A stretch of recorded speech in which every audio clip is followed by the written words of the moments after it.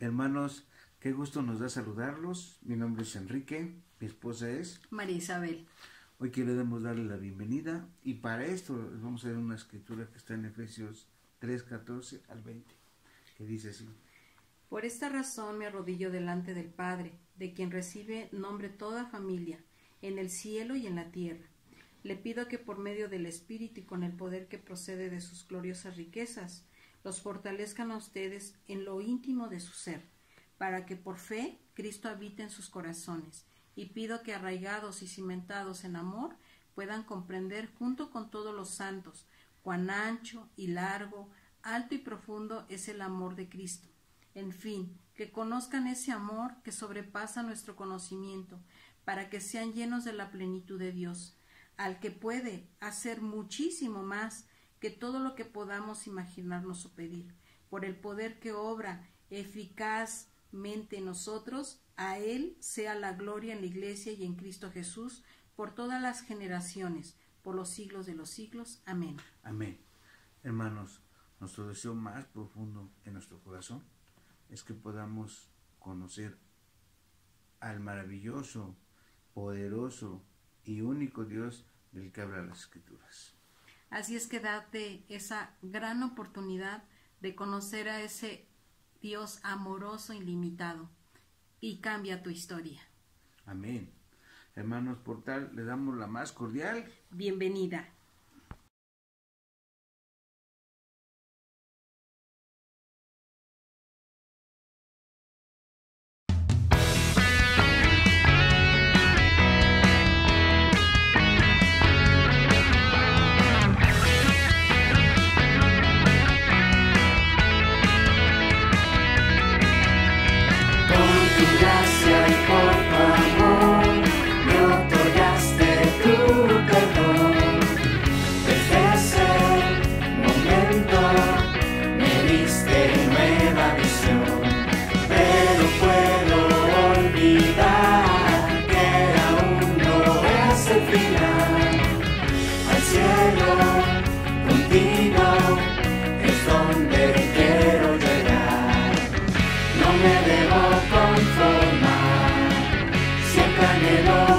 Más allá, podría vivir refugiado en mi pasado, pero contigo soy fuerte, Señor. Hay tantas cosas que aún no he alcanzado. Dame nuevo, Señor, renueva mi corazón. Atravesando el valle de las sombras, si voy contigo no temeré. Tu Espíritu es el que siempre me transforma. Es un nuevo día, es tiempo de renacer. Renuévame, renuévame, oh Cristo, solo yo te pido, renuévame.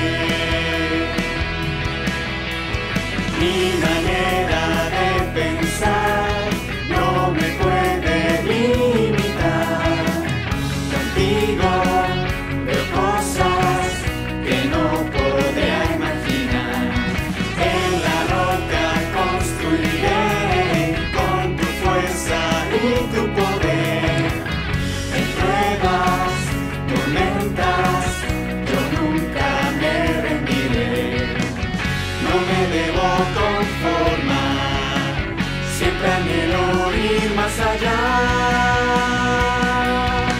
Podría vivir refugiado en mi pasado, pero contigo soy fuerte, Señor. Hay tantas cosas que aún no he alcanzado. Dame nuevo, Señor, renueva mi corazón. Atravesando el valle de las sombras, si voy contigo no temeré. Tu Espíritu es el que siempre me transforma. Es un nuevo día, es tiempo de renacer. Renuévame, renuévame, oh Cristo, solo yo te pido, renuévame, renuévame, renuévame, oh Cristo, solo yo te pido, renuévame.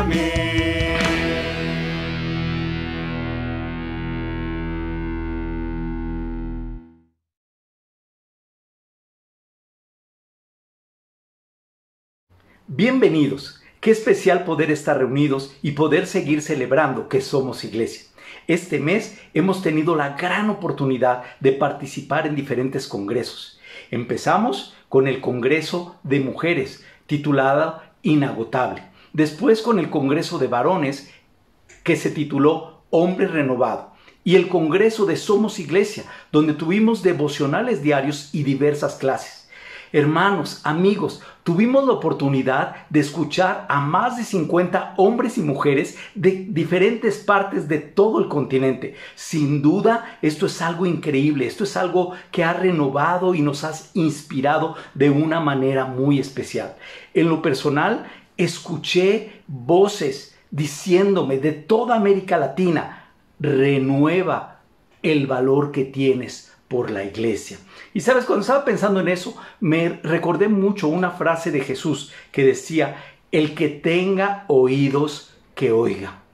Esta semana he escuchado a Jesús, este mes he escuchado a Jesús decirme: el que tenga oídos, que oiga. Hermanos, amigos, yo quiero animarte y preguntarte: ¿qué oíste este mes?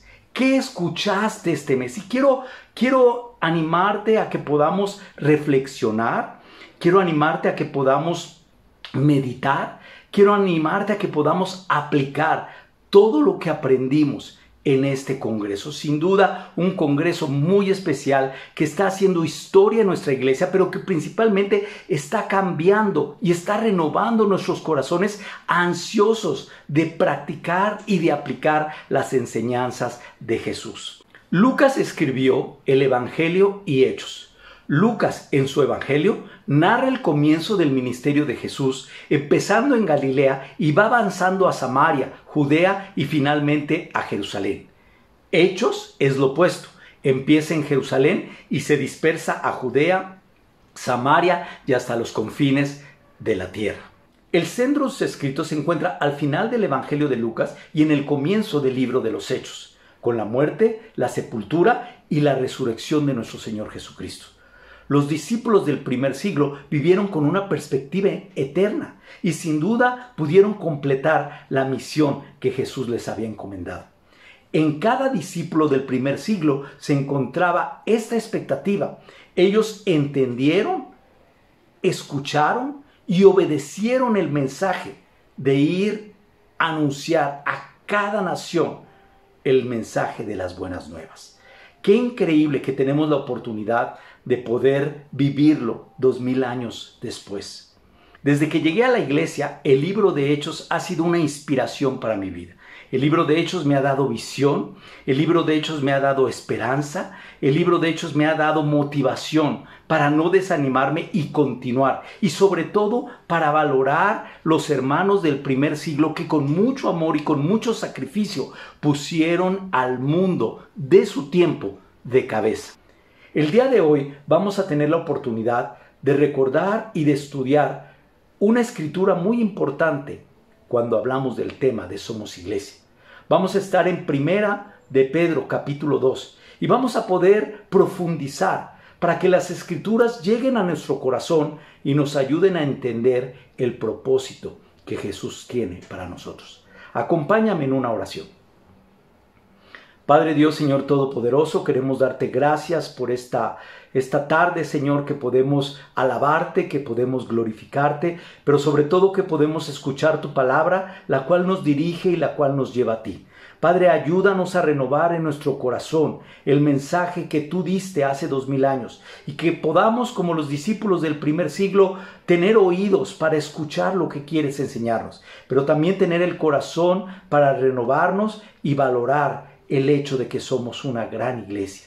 Gracias, Dios, por tu amor eterno. Gracias por enviar a tu Hijo Jesús, por el cual hoy tenemos el privilegio de estar reunidos. Quédate con nosotros y bendícenos, por favor. Y te oramos todo esto en nombre de tu Hijo Jesús. Amén. Primera de Pedro nos instruye, nos edifica, nos exhorta y nos anima a mantenernos firmes a pesar de las situaciones por las que estemos pasando. Los discípulos del primer siglo lo entendieron y por lo tanto pudieron lograr cumplir con la misión de Jesús. ¿Cómo podemos lograr hoy nosotros? ¿Cómo pudieron ellos lograrlo? Vamos a entender profundamente dos cosas que ellos hicieron para poder lograr la evangelización de su mundo conocido. Primeramente, ellos entendieron, y la segunda cosa fue que ellos valoraron. ¿Qué fue lo que entendieron? Entendieron el fundamento de que somos iglesia. Vamos a leer ahí en el capítulo 2, en el versículo 4 al 5. Acompáñame, por favor. Cristo es la piedra viva, rechazada por los seres humanos, pero escogida y preciosa ante Dios. Al acercarse a Él, también ustedes son como piedras vivas, con las cuales se está edificando una casa espiritual. De este modo, llegan a ser un sacerdocio santo para ofrecer sacrificios espirituales que Dios acepta por medio de Jesucristo. Qué increíble poder escuchar esto. Qué increíble ver que los discípulos del primer siglo entendieron quién era Jesús. Jesús no era un buen hombre. Jesús no era un buen profeta. Jesús no era un hombre moralista. Jesús era el Hijo de Dios. Y sin duda, Él vino y dio su vida para que cada uno de nosotros pudiéramos ser salvos. Él era la piedra angular, la piedra viva que Dios ponía como fundamento para edificar toda su iglesia y en la cual tú y yo hoy podemos entrar a través del sacrificio de Jesús. ¿Sabes? Lo increíble de todo esto es que Pedro entrelaza las escrituras del Antiguo Testamento con la vida y obra de Jesucristo, dándole un enfoque a las escrituras completamente cristológico. Vamos a ver, él utiliza aquí en el versículo 6, él utiliza la escritura de Isaías en el capítulo 28, en el versículo 6. Yo pongo en Sión una piedra probada, piedra angular y preciosa para un cimiento firme. El que confíe no andará desorientado. Pedro también describe la iglesia como una casa espiritual, con Cristo como el fundamento, una piedra angular, una preparada y elegida como fundamento para la construcción de todo el edificio. Y nosotros al acercarnos nos convertimos en piedras vivas con las que se edifica una casa espiritual. La iglesia, qué especial, qué privilegio. Como iglesia no podemos quitar, cambiar o maquillar a la piedra angular. El mundo religioso tiende a maquillar, tiende a quitar esa piedra angular, esa piedra viva fundamental. Tiende a adaptarse a la ideología y al pensamiento del mundo, haciendo a un lado los valores y los fundamentos en el cual Jesús dejó las bases de su iglesia.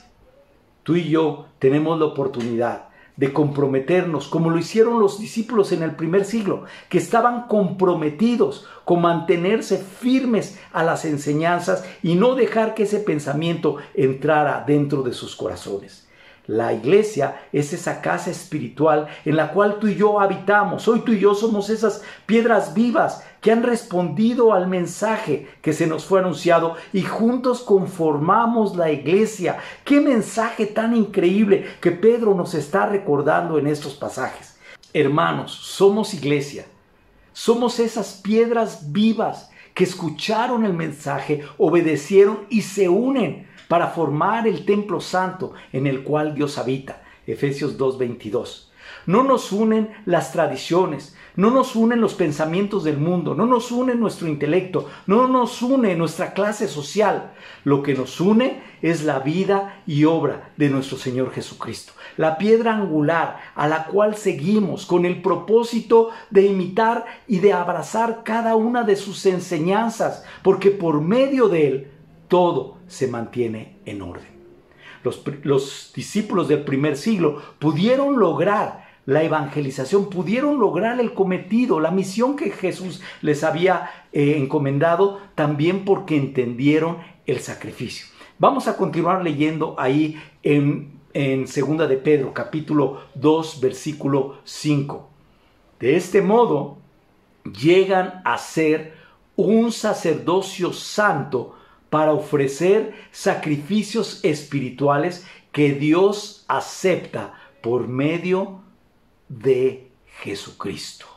Los que vienen a Cristo se convierten en esas piedras vivas y comparten un mismo pensamiento y un mismo sentimiento, formando así un sacerdocio santo, formando así servidores para el servicio de nuestro Señor y Creador. ¿Sabes? Los discípulos del primer siglo entendieron que no eran solo los apóstoles, entendieron que no eran solo los líderes, entendieron que no eran solo los misioneros, entendieron que no eran solo los hombres o solo las mujeres. Ellos entendieron, cada uno de nosotros hemos sido renovados a través de la sangre de Cristo y por lo tanto podemos tener una relación personal con el Creador. Ellos vivieron abrazando y estrechando día a día esa relación que tú y yo podemos tener hoy con nuestro Creador gracias al sacrificio que Jesús hizo en nuestra vida. También entendieron que se habían convertido en sacerdotes para ofrecer sacrificios espirituales. Muy posiblemente se estaba refiriendo a la santidad de la vida en la que habla en el capítulo 1, en el versículo 15, y también al amor mutuo que debía de existir entre cada uno. Primera de Pedro, capítulo 1, versículo 22. El énfasis de Pedro no está en el papel de sacerdote de cada creyente, sino en la identidad de poder ser renovados, en la identidad de la comunidad como creyentes en el mundo en general. O sea, el papel de cada uno de nosotros en la iglesia. Hermano, ¿entiendes tu papel como sacerdote? Esto significaba ser extranjeros en este mundo. Ya no podían vivir de acuerdo a los pensamientos del mundo o de la cultura en la cual vivían.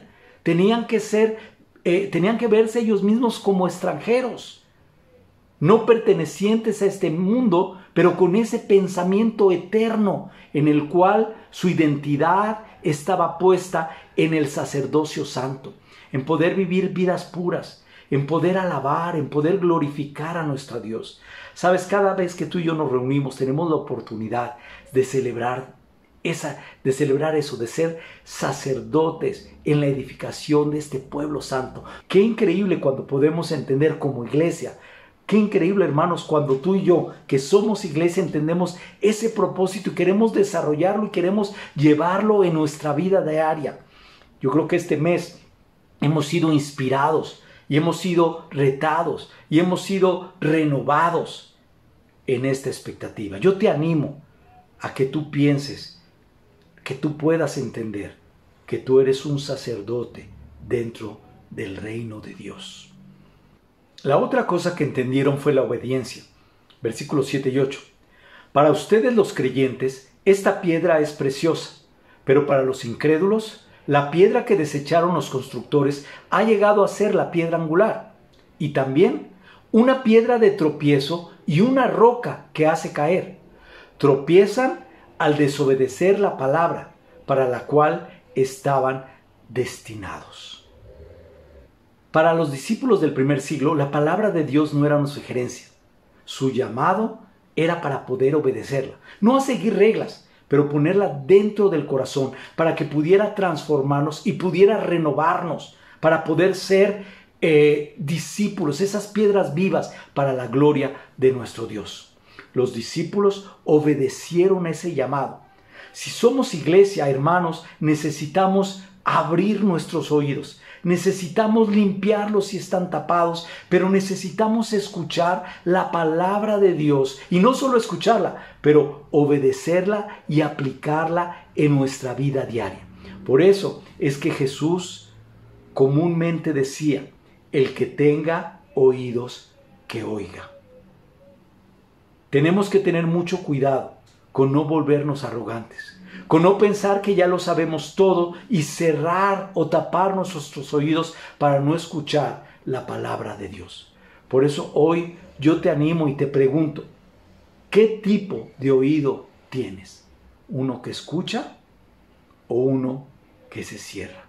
Y ojalá tú y yo podamos entender esta parte principal que hizo una diferencia en la iglesia del primer siglo y que sin duda hará una diferencia en nuestra iglesia el día de hoy. ¿Cómo lograron los discípulos del primer siglo cumplir con la misión que Jesús les había encomendado? Segundo punto, valorando. Primeramente, ellos valoraron su llamado. Vamos a continuar leyendo ahí en el versículo 9.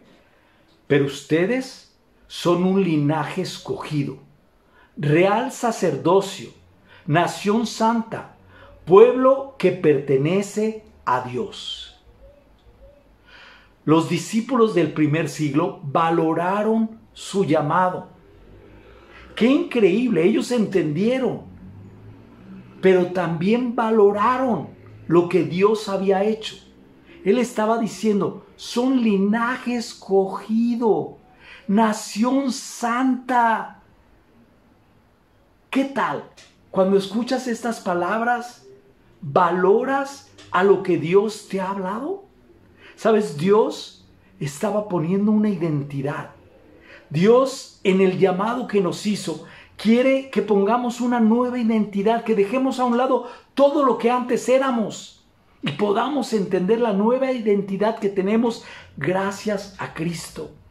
Porque ahora tú y yo, por medio de ese mensaje, somos nación santa. ¿Sabes? Recuerdo mucho, con mucho gozo, cuando me iba a bautizar.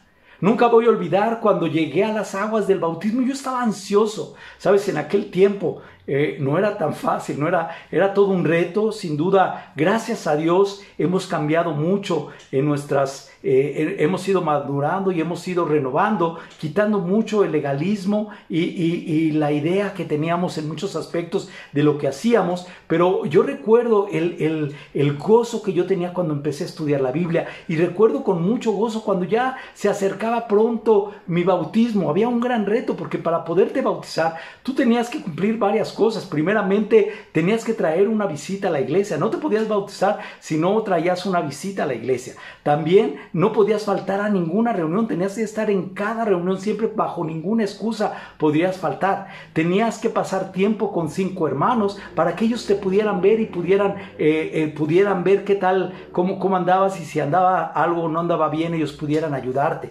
También en aquel tiempo los solteros no podíamos bailar, no podíamos, teníamos que ir bien vestidos a cada una de las reuniones. También otra de las cosas es que no podíamos ir a otro estado o a otro lugar donde no hubiera iglesia, porque nos desconectábamos de la iglesia. Había una serie de cosas que estábamos, y algo que me impresionaba mucho y que yo tenía mucho deseo, es que al principio, cuando empecé a estudiar la Biblia, no podía ir yo a las reuniones de semana, porque esa reunión era exclusiva para los que eran miembros de la iglesia. Y yo pensaba, pues, ¿qué hablarán en esas? Al principio pensaba, ¿qué hablarán en esas reuniones? Pero después, cuando fui entendiendo la palabra, cuando fui conociendo, yo tenía tantas ansias de estar. Solamente podían ir los que estaban bautizados y los que ya estaban llegando a los finales de sus estudios. Y yo recuerdo la primera vez que pude asistir a una reunión entre semana. Yo estaba tan animado, tan gozoso, tan renovado en mi corazón y con un deseo de bautizarme. ¿Por qué? Porque estaba entendiendo que mi identidad ahora era diferente. Ya no era la misma persona, ya no podía pensar como pensaba antes. Dios me estaba renovando. ¿Sabes? Qué bueno que Dios nos ha ido renovando. Qué bueno que ya no hacemos esas cosas. Qué bueno que Dios ha ido madurando a la iglesia. Qué bueno que Dios ha estado trabajando en nuestros corazones. Pero qué especial cuando la iglesia podemos valorar. No importa el tiempo que tengamos, pero que tú y yo podemos valorar el hecho de ser iglesia. ¿Sabes? Hoy volvería a hacer todo eso, aún con el pensamiento de hoy, cambiando todas esas ideas legalistas que teníamos. Lo volvería a hacer. ¿Sabes por qué? Por el hecho de saber que soy linaje escogido, que soy nación santa. Qué increíble, porque eso pudo transformarme. Entendí quién era, entendí la naturaleza que Dios estaba poniendo en mí, y ahora mi identidad estaba en Cristo Jesús. Vamos a continuar leyendo. Versículo 10. Ustedes antes ni siquiera eran pueblo, pero ahora son pueblo de Dios. Antes no habían recibido misericordia, pero ahora ya la han recibido. Mira cómo enfatiza Pedro. Ustedes no eran, ahora son. Ustedes no habían recibido misericordia, ahora la han recibido. ¿Valoras lo que Dios te ha dado? ¿Valoras lo que Dios ha puesto en ti? ¿Sabes? Cuando yo llegué a la iglesia, mi identidad estaba en mi carrera. Yo soy ingeniero agrónomo, me recibí del Tecnológico de Monterrey y trabajaba en una empresa transnacional. Y ahí ponía mi identidad en mis logros, en mis éxitos, pero sin embargo estaba vacío, estaba lleno de impureza, estaba lleno de odios, estaba lleno de amargura. Pero ¿sabes? Jesús tuvo misericordia de mí, porque yo vivía de esa manera. Y Jesús empezó a trabajar en mi vida de tal manera que empezó a poner una nueva identidad, haciendo a un lado todo esto que para mí tenía mucho valor y poniendo una nueva manera de verme a mí mismo como un hijo de Dios. Poderme ver perdonado por todo lo que yo había cometido y por todo lo que había vivido. ¿Sabes? Jesús perdonó esa vida llena de vacíos, llena de impureza, llena de odios. Jesús la transformó y Jesús me renovó. Hoy necesitamos comprender, entender qué gran privilegio tenemos. La otra cosa por lo que lo lograron es porque los discípulos valoraron la misión. Continuamos leyendo en el versículo 9. Para que proclamen las obras maravillosas de aquel que los llamó de las tinieblas a su luz admirable. Los discípulos del primer siglo no solo valoraron el hecho de ser linaje escogido, pero entendieron que era para anunciar las obras maravillosas de Dios, para cumplir la misión. Cada discípulo, es increíble, por eso decía que a mí me inspira tanto el libro de Hechos, porque de principio a fin narra el deseo que tenía cada discípulo. No eran solo los líderes, no eran solo los apóstoles. Los discípulos tenían el deseo de imitar y de anunciar el mensaje de Jesús. ¿Qué tal, hermano, el día de hoy? ¿Está ese deseo dentro de tu corazón? ¿O es algo que piensas que se hizo antes y ahora ya no podemos hacerlo? Hoy debemos de comprometernos a la misión. Debemos valorar el hecho de ver misiones en toda la República Mexicana, en toda América Latina, en todo el mundo, y ver lo que Dios ha hecho, cómo su mensaje, a pesar de que han pasado 2000 años, se sigue transmitiendo, porque los discípulos tratamos de poner primeramente el deseo de Dios. ¿Cuál era el deseo de Dios? Claramente en 1 Timoteo capítulo 2 versículo 4 dice que el deseo de Dios es que todos se salven. Como discípulos necesitamos renovar ese deseo de nuestro corazón. También necesitamos entender el propósito que Jesús nos dejó claro en la Biblia. Él claramente decía: he venido a salvar lo que se había perdido. ¿Sabes? Tanto Jesús como Dios tenían compasión al ver las vidas de cada persona. Jesús y Dios tienen el deseo de que cada uno de nosotros seamos transformados y seamos renovados. Pero tú y yo necesitamos imitar y poner eso dentro de nuestro corazón. ¿Cómo? Valorando la misión. Yo valoro mucho los misioneros que llegaron a la Ciudad de México y anunciaron el mensaje y nos transmitieron esa pasión y ese deseo. Yo me anima mucho ver ahora las nuevas generaciones tomando ese deseo. Pero es un reto tanto para ti como para mí mantenernos en esa expectativa. Quiero leerte algo que escribió Rodney Stark, un autor del libro Expansión del Cristianismo. Y él dice en este libro, fíjate lo que él dice: ¿por qué se expandió el cristianismo? Y él dice: los cristianos constituían una comunidad muy unida, capaz de generar la invencible obstinación que tanto indignaba a Plinio, el joven, pero que daba inmensas recompensas espirituales. Y el principal medio de esta expansión fue el empeño unánime y ardiente de los cada vez más numerosos creyentes cristianos que invitaban a sus amigos, parientes y vecinos a compartir la buena nueva. Qué increíble cuando podemos escuchar y entender cómo lo lograron.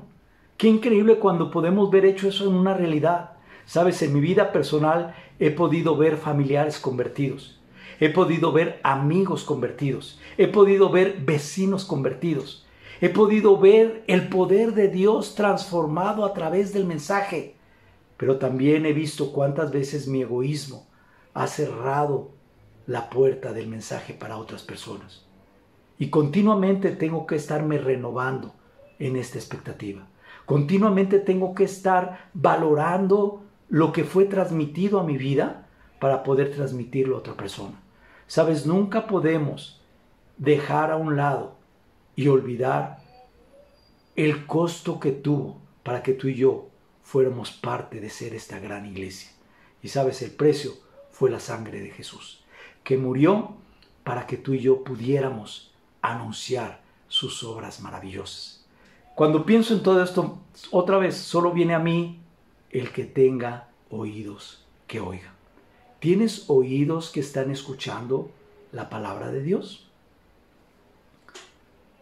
Después de la muerte de Jesús, los discípulos estaban aterrados, estaban temerosos, estaban escondidos y obviamente estaban lejos de cumplir el mensaje que Jesús les había dado. Pero me impresiona mucho cómo el plan de Dios se puso en sus vidas y se pone en la nuestra. Vamos a leer esta escritura en Hechos capítulo 1, versículo 8. Pero cuando el Espíritu Santo venga sobre ustedes, recibirán poder y saldrán a dar testimonio de mí en Jerusalén y en toda la región de Judea y de Samaria y hasta en las partes más lejanas de la tierra.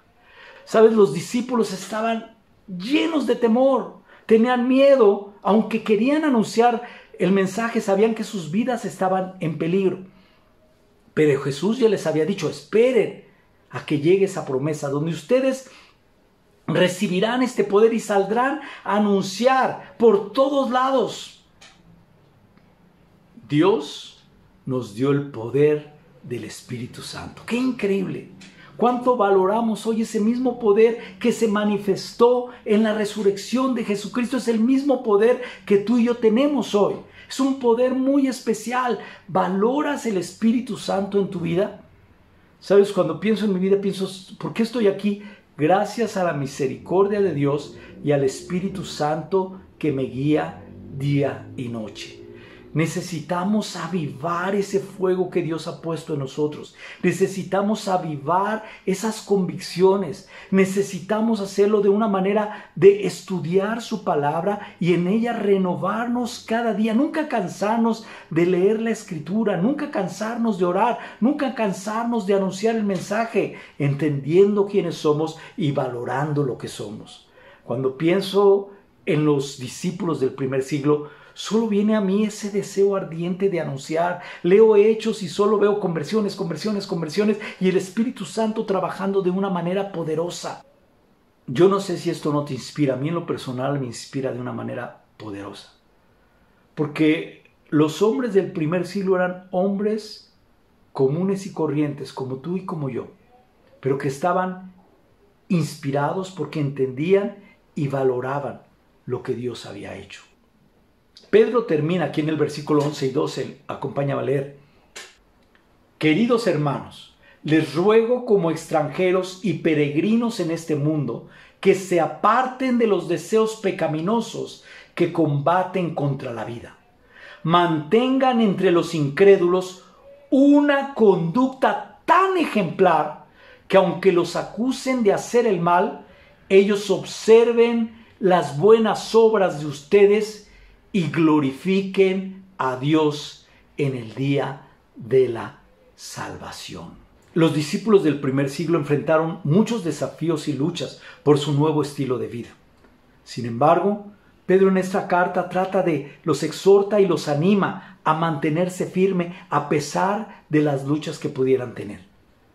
Les anima a no moldearse, a no acomodarse, a no vivir como el mundo, que recordaran que ellos eran extranjeros en un mundo completamente diferente. Cuando tenemos una perspectiva eterna, podemos ver al mundo con ojos completamente diferentes. Y podemos entender y valorar el privilegio que tú y yo tenemos de formar parte de la iglesia. Cuántas gracias doy por todo lo que escuché en este tiempo. Cuántas gracias doy por todo lo que fui renovado y fui inspirado. Pero yo quiero animarte, amigo, hermano, a que tú tomes la misma expectativa. Que podemos entender y valorar que somos iglesia. Hermanos, valoremos el significado de ser iglesia. Renovémonos y vivamos sus propósitos. Y escuchemos a Jesús que nos dice: el que tenga oídos, que oiga.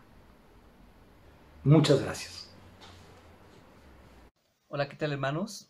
Hoy tengo el privilegio de compartirte la ofrenda semanal y vamos a ver el ejemplo de la iglesia de los macedonios. ¿Qué estaba pasando con ellos? A través de la exhortación de Pablo hacia los corintios. Y vamos a la escritura que está en 2 Corintios 8, del 1 al 3. Fíjate lo que dice la palabra de Dios. Hermanos míos, queremos contarles cómo Dios ha mostrado su amor y su bondad a las iglesias de la región de Macedonia. Estas iglesias han pasado por muchas dificultades, pero están muy felices. Son muy pobres, pero han dado ofrendas como si fueran ricas. Les aseguro que dieron todo lo que podían, y aún más de lo que podían. No lo hicieron por obligación, sino porque quisieron hacerlo. Hermanos, aquí Pablo usa este ejemplo de los macedonios para animar y exhortar a los corintios. Imagínate, increíble. Se estaban ayudando unos a otros. Y aquí vemos el ejemplo como las iglesias de Macedonia, a través de sus dificultades, sus necesidades y su pobreza, ellos daban con generosidad.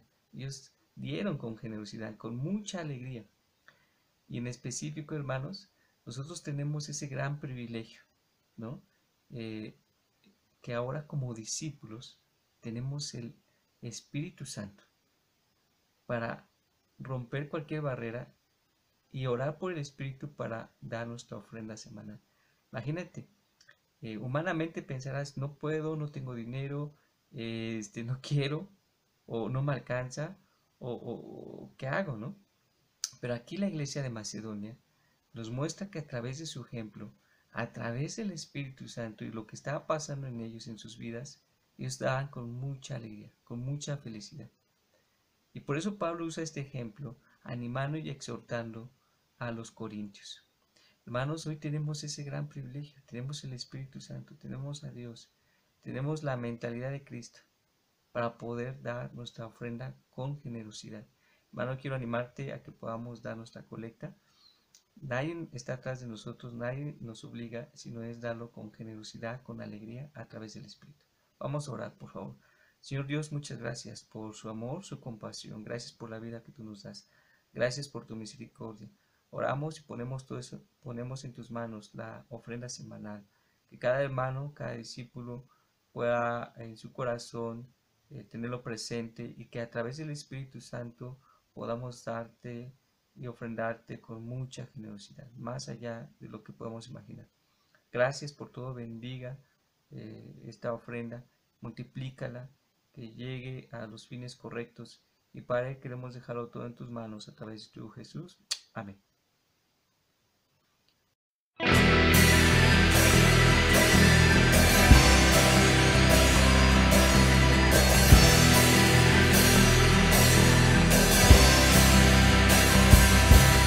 Que